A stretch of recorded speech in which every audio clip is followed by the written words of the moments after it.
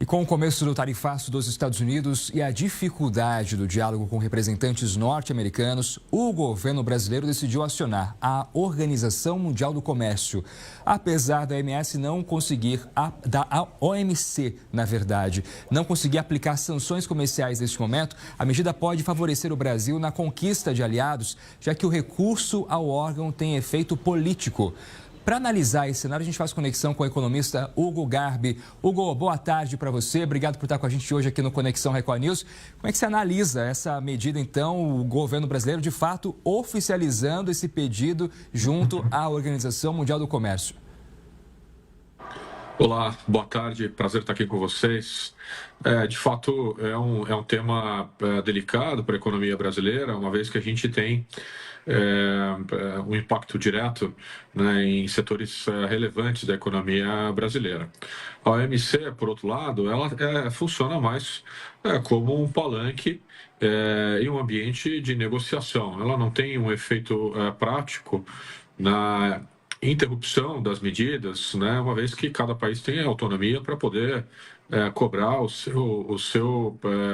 as tarifas, os impostos que bem desejarem, né? Então, essa é uma medida mais política, diria até de médio e longo prazo, né?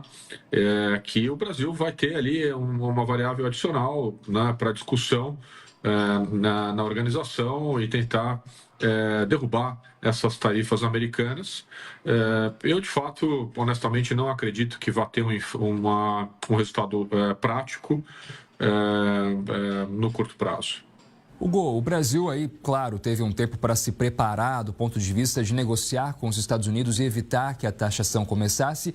Isso, infelizmente, não ocorreu do ponto de vista da taxação, né? Apesar das negociações, a taxação entrou, já está valendo. Agora, ainda é possível reverter, do seu ponto de vista, o que precisaria ser feito por parte do governo brasileiro?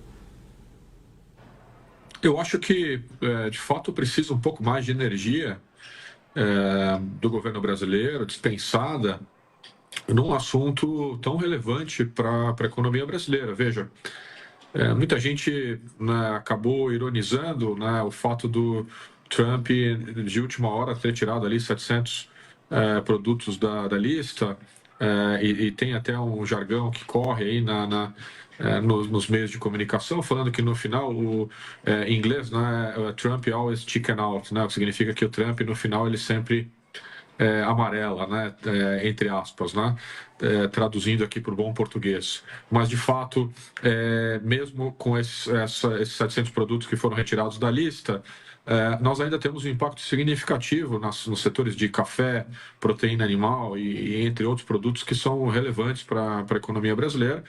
Nós temos um impacto de mais de 25 bilhões de reais nos próximos 2 anos, né? E o Brasil tem que mandar representantes e discutir com mais energia. Na verdade, praticamente não foi discutido esse tema, e por meio do presidente Lula capitanear essa negociação. Hugo, fique com a gente, por gentileza, porque eu quero trazer notícias ainda dentro desse tema. O presidente Donald Trump confirmou que os Estados Unidos vão aplicar mais tarifas secundárias aos países que compram o petróleo russo, como é o caso do Brasil. A Índia também recebeu mais 25% em taxas, porque importa o combustível da Rússia. Você verá muito mais tarifas secundárias.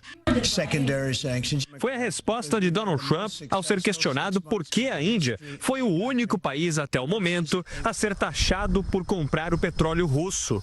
O presidente não citou quais nações estão na mira do governo americano, mas confirmou que a China pode ser a próxima.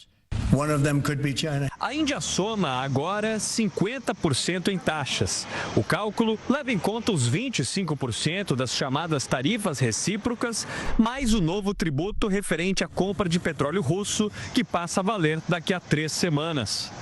A tarifa de 50% anunciada à Índia é a mesma que está em vigor para o Brasil, sendo que o país também negocia o combustível com a Rússia. No ano passado, os russos foram os maiores fornecedores de diesel para o Brasil, que importou quase 30 bilhões de reais do óleo. Trump anunciou que a Apple vai investir mais 100 bilhões de dólares nos Estados Unidos. O aporte para a fabricação de produtos no território americano é uma vitória para o republicano. Trump prometeu na campanha eleitoral fortalecer a indústria dos Estados Unidos com tarifas para itens importados. E só neste ano, a empresa de tecnologia vai injetar 600 bilhões de dólares no país. Trump ainda vai garantir imposto zero para a produção de chips e semicondutores nos Estados Unidos. Já os importados terão tarifas de 100%. Pois é, diante de tudo isso, o presidente Lula conversou hoje por telefone com o primeiro-ministro da Índia, Narendra Modi. O objetivo foi discutir as tarifas impostas pelos Estados Unidos.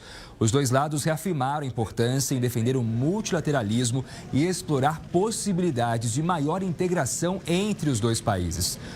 Lula também deve conversar com o presidente da China, Xi Jinping. Ele quer debater com os líderes do BRICS uma possibilidade de resposta conjunta do grupo ao tarifaço de Donald Trump. E eu volto a falar com o Hugo Garbi. Hugo, esse fortalecimento do BRICS, ele mais prejudica ou beneficia o Brasil? Olha, de fato, se a gente for analisar de forma bastante objetiva, o BRICS ele tem atrapalhado muito o Brasil. Né? A gente não tem nenhum acordo bilateral assinado. O Brasil, acordo bilateral não, de fato bloco, né? Ou seja, a gente não tem um bloco definido e que traz benefícios econômicos diretos para o Brasil. Né? O Brasil ele acabou assumindo essa bandeira da troca do dólar como moeda funcional do mundo, e quando ele assumiu essa bandeira, os outros países, principalmente China e Índia, deixaram o Brasil sozinho, ficaram em silêncio e deixaram o Brasil sozinho, que pegou muito mal, né? E teve até uma reação do presidente Donald Trump falando que, para ele, essa briga é como se fosse uma terceira guerra mundial, ou seja, é muito sério o que a gente está tratando nos BRICS. Tanto que a Índia fez acordo bilateral direto com os Estados Unidos, a China vem tratando diretamente com os Estados Unidos. Né? Então a gente tem que tomar muito cuidado, porque essas narrativas econômicas, né, elas são relevantes para os Estados Unidos, né, e nessa, entre aspas, guerra comercial, a gente vem perdendo de forma significativa.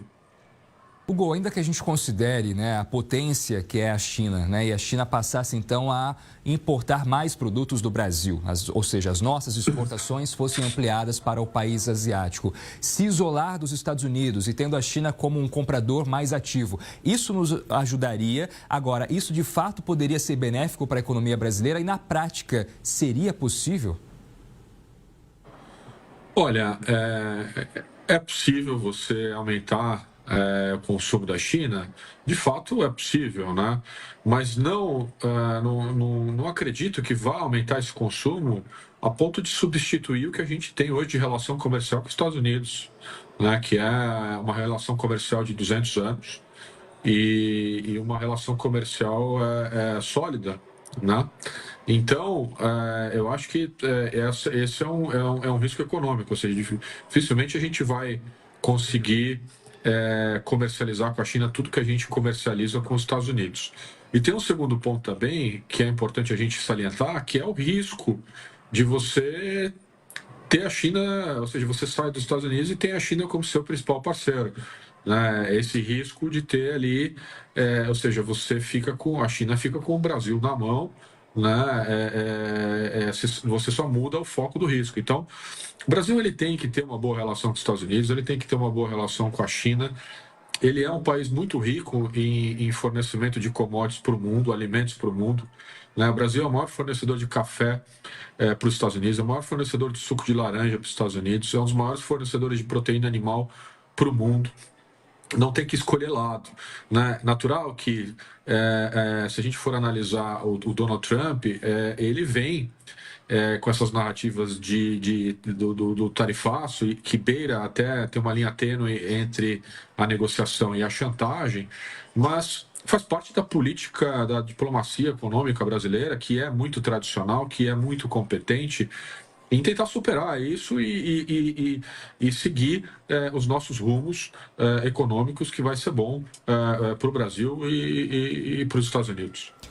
Hugo Garbi, obrigado pela entrevista com a gente hoje aqui no Conexão. Boa tarde para você. Eu que agradeço. Uma boa tarde a todos.